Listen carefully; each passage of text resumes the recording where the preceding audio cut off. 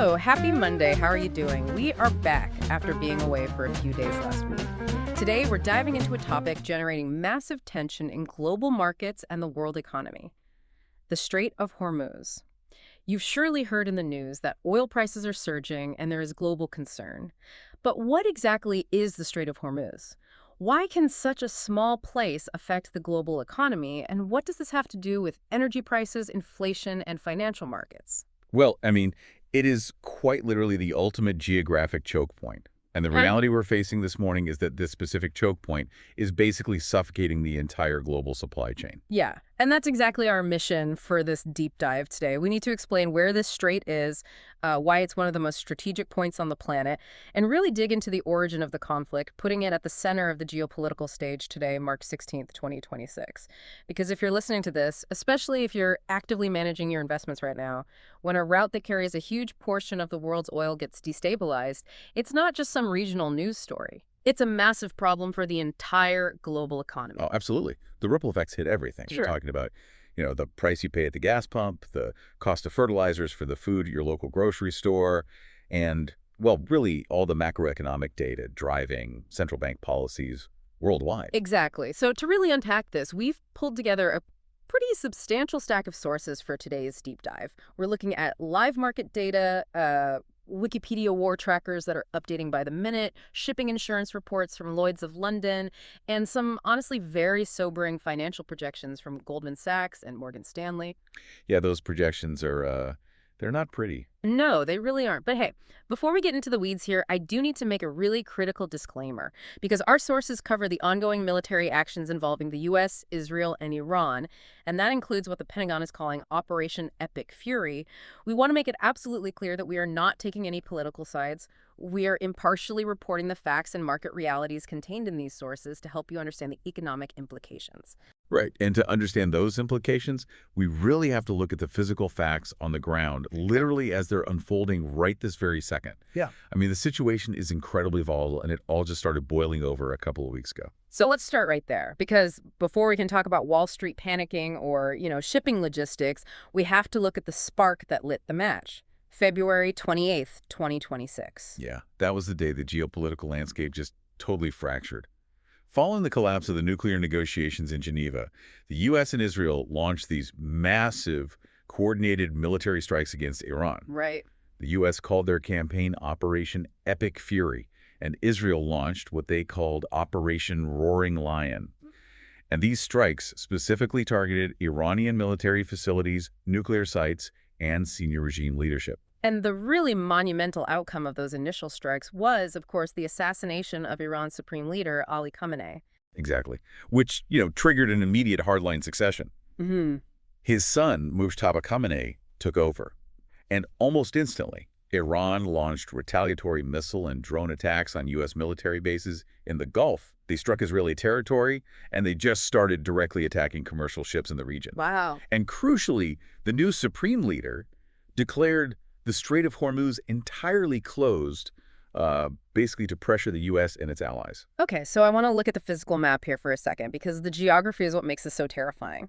The Strait of Hormuz is this seaway passage between Iran to the north and Oman to the south. It connects the Persian Gulf to the Gulf of Oman and eventually out to the Arabian Sea. Right. And at its narrowest point, the strait is about 21 miles wide. But, you can't just sail a massive ship anywhere across those 21 miles, can you? Oh, not at all. No. The water depth and the coastal reefs basically dictate everything. A modern, very large crude carrier, a VLCC, is an absolute behemoth. It sits incredibly deep in the water, which mariners call its draft. Yeah. And because of that draft, these supertankers can only use very specific deep water navigation zones. Meaning the actual shipping lanes are shockingly narrow. We're talking just 2 miles wide for inbound traffic and 2 miles wide for outbound traffic, with just a 2-mile buffer zone in between. 2 miles. It's tiny. And the sheer volume of energy passing through that gap is staggering. We are talking about 20 million barrels of oil every single day. Yeah. That is roughly 20% of the entire global seaborne oil trade. And about 20% of the world's liquefied natural gas, or LNG, passes through there too, mostly from Qatar and the UAE. Just think about the immense concentration of risk there. You have the export economies of Saudi Arabia, the UAE, Iraq, Kuwait, Qatar, and Bahrain, Yeah. all of them funneling their economic lifeblood through a 2-mile-wide lane that is, as of today, an active war zone. Okay, but I have to push back on the panic just a little bit here. I mean, if a major two-lane highway shuts down in my city, commuters just find a detour, right? They take the back roads. Why can't these major oil producers just pipe their oil to a different port? Why is everyone acting like there is zero alternative? Well, because if we look at the actual mechanical infrastructure, it becomes a problem of uncompromising mathematics. Mm-hmm. The back roads simply do not have the physical capacity to handle the traffic. Let's run the numbers then. Sure. Yeah. So Saudi Arabia does have the East-West pipeline, which runs across the country to the Red Sea. Okay. And the UAE has a pipeline that bypasses the strait entirely, ending up in Fujairah on the Gulf of Oman. But, pipelines are physical tubes with fixed diameters. You can't just turn a dial and push 5 times more liquid through them. Right, that makes sense. They're constrained by fluid dynamics and the physical limits of the pumping stations. If you max out those alternative routes entirely, their combined capacity is only about 3.5 to 5.5 million barrels per day.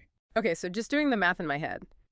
If 20 million barrels normally go through the strait, and the absolute maximum detour capacity is, let's be generous, 5 million barrels, that means 15 million barrels of oil are just trapped every single day. Exactly. There is no physical alternative for those 15 million barrels.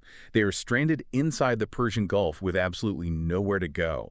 When the ships stop crossing the strait, the oil stops flowing to the world, period. Man, hey, real quick, if you are enjoying what you are hearing today, we invite you to subscribe to the channel, leave a like, and comment on what topics you would like us to cover in future deep dives. In the description of this deep dive, you will find a PayPal link if you want to support this project. Your contribution helps us a lot to keep making content like this. We only ask for the price of a coffee. Thank you for your support. Yeah, thanks, guys. So, getting back to it, we have 15 million barrels of oil physically trapped every day. But here is the really fascinating part. Iran didn't actually build a physical wall of warships across the water. Wait, really? Yeah. In fact, the U.S. Navy insists the strait is technically still open for navigation. Huh. But for commercial shipping, it's experiencing a de facto closure. It's essentially this invisible wall built entirely out of financial risk. An invisible wall of financial risk. Okay, let's talk about that. Yeah. Because this is the shipping industry reacting to the threat, right? Exactly. That invisible wall is basically constructed by the insurance industry. The U.S. Navy can declare the water navigable all they want, but commercial charterers live and die by risk management. And right now, tanker traffic through the strait has plummeted by a staggering 92%. 92%. So the water is basically empty. Pretty much. As we speak, there are over 150 massive oil tankers sitting at anchor outside the strait in the Gulf of Oman, entirely paralyzed, just too scared to enter. Wow. And meanwhile, inside the Persian Gulf, there are about 170 container ships completely trapped, unable to leave. And the mechanism freezing them in place is insurance. Let's dive into that, because the reports we pulled from Lloyd's of London outline an absolute nightmare scenario here. Shipping runs on something called P&I insurance, right? Protection and indemnity. That's right. How does that actually work, and why did it fail so fast?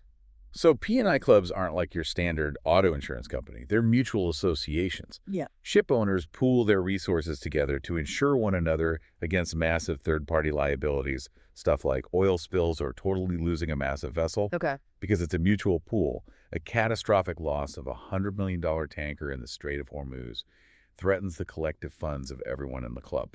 Ah, so the moment the missiles started flying, these clubs essentially panic to protect the collective pool. Exactly. They immediately canceled war risk cover entirely for the region. And legally and financially, you just cannot sail an asset carrying a $100 million cargo without that protection. But they did eventually reinstate the insurance, right? They did, yeah. But the catch is the astronomical cost. Before this conflict, the war risk premium for a ship transiting the strait was about 0.25% of the ship's total hull value. When the insurers brought the coverage back, they jacked that rate up to 1% and honestly sometimes higher depending on the day. Oh, wow. To put that in perspective for you listening, if you're operating a supertanker worth $100 million, your insurance bill just to sail through that tiny 2-mile stretch of water went from $250,000 to $1 million for a single crossing. Yeah, and the insurance premium is only one variable here. The daily charter rates, which is the actual cost to rent a VLCC, have absolutely skyrocketed because the available supply of willing ships just vanished. Right. In just 1 week, the daily rate quadrupled. Indian refineries are reportedly paying up to $770,000 a day to charter a single tanker. That is insane. And they're paying that because the physical danger is just escalating daily, right? I mean, Iran has reportedly attacked 21 merchant ships so far. We are talking drones, anti-ship missiles, and there are reports of naval mines being laid directly in those narrow shipping lanes. Yeah, it's a minefield, literally. But human nature being what it is, with charter rates paying $750,000 a day, someone is out there willing to take the risk. I read about these dark transits in our sources. Yeah, so a very small minority of ship owners are attempting to cross the strait in the dead of night. To avoid detection, they turn off their automatic identification systems, their AISS trackers, so they don't show up on commercial radar. Just sneaking a giant, highly explosive oil tanker through a heavily mined 2-mile-wide channel in complete darkness, that is absolutely terrifying. It's an extreme gamble. And Right. realistically, a few rogue ships sneaking through the dark aren't going to fix a 15 million barrel per day hole in the global supply chain. Right, so if a fraction of ships are sneaking through and the detour pipelines can only handle a quarter of the normal volume, that mathematically means millions of barrels are just vanishing from the global market every single day. Yep. The market has to be pricing in that scarcity instantly. Let's shift from the Persian Gulf to Wall Street, because this directly impacts the U.S. investor. The most immediate and, well, highly visible impact is the price of crude oil. Brent crude, which is the global benchmark, has violently surged past $100 a barrel. It's up over 30% since the strikes began on February 28th. Yeah, and Goldman Sachs is putting out some really sobering projections based on this. They warn that if the Strait continues to operate at just 10% capacity for a few more weeks, we're looking at an average price of $110 a barrel.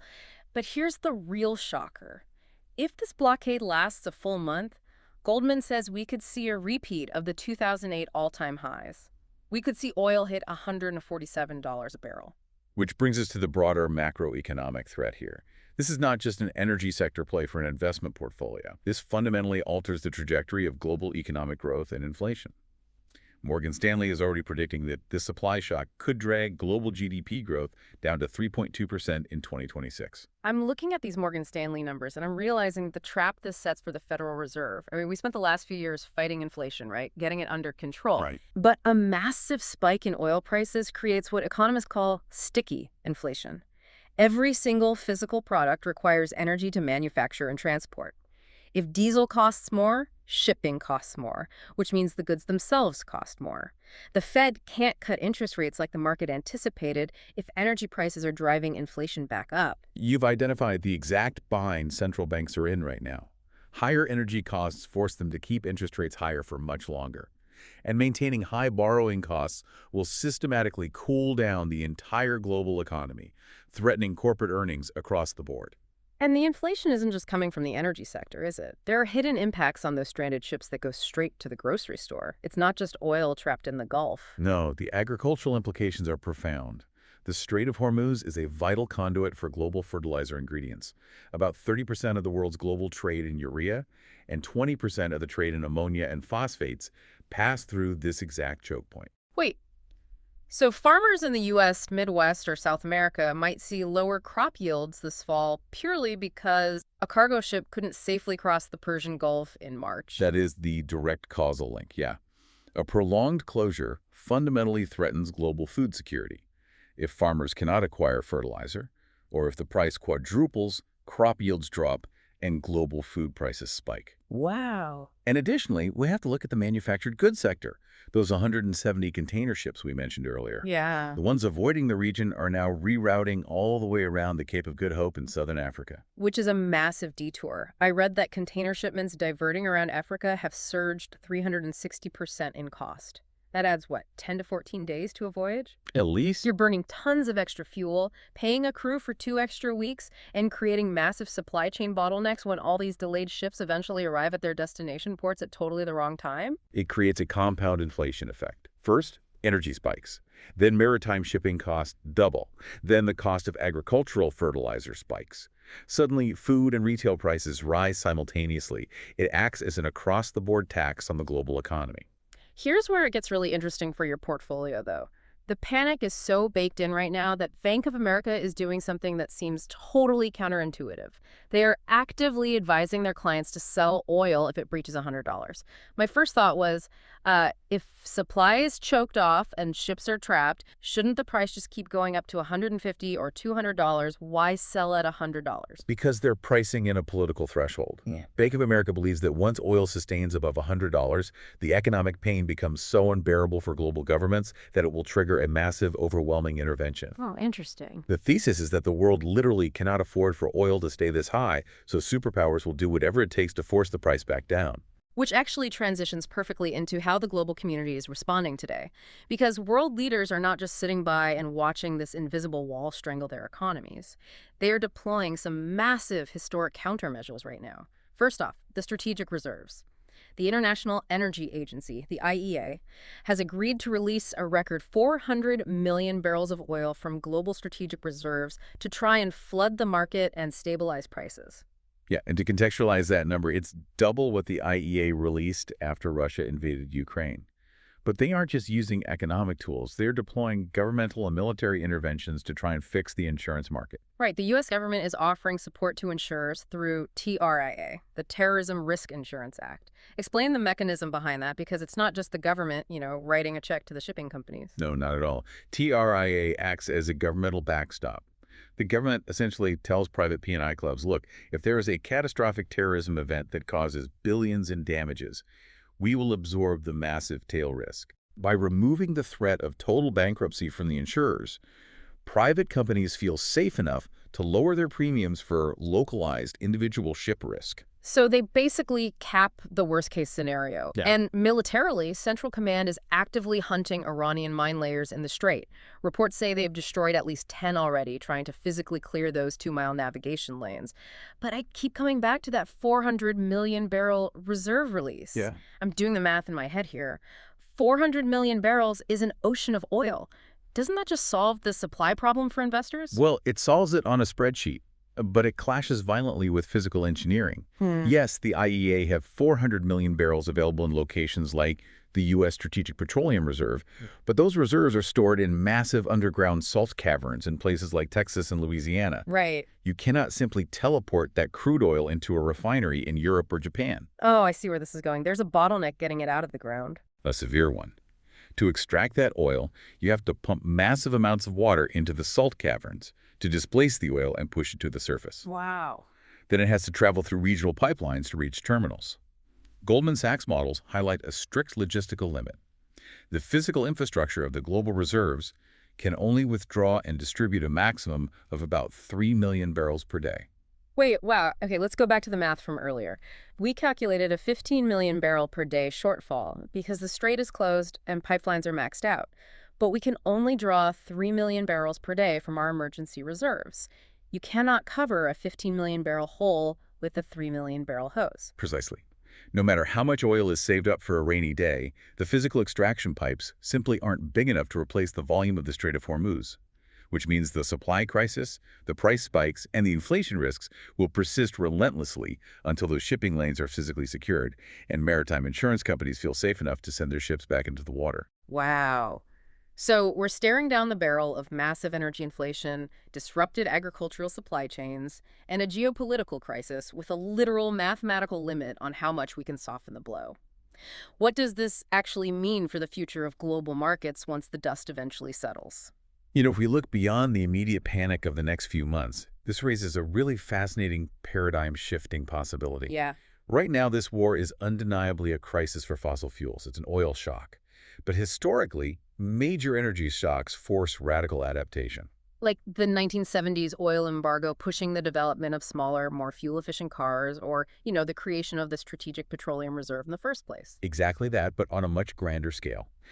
This conflict might ultimately become the greatest catalyst in history for the global energy transition.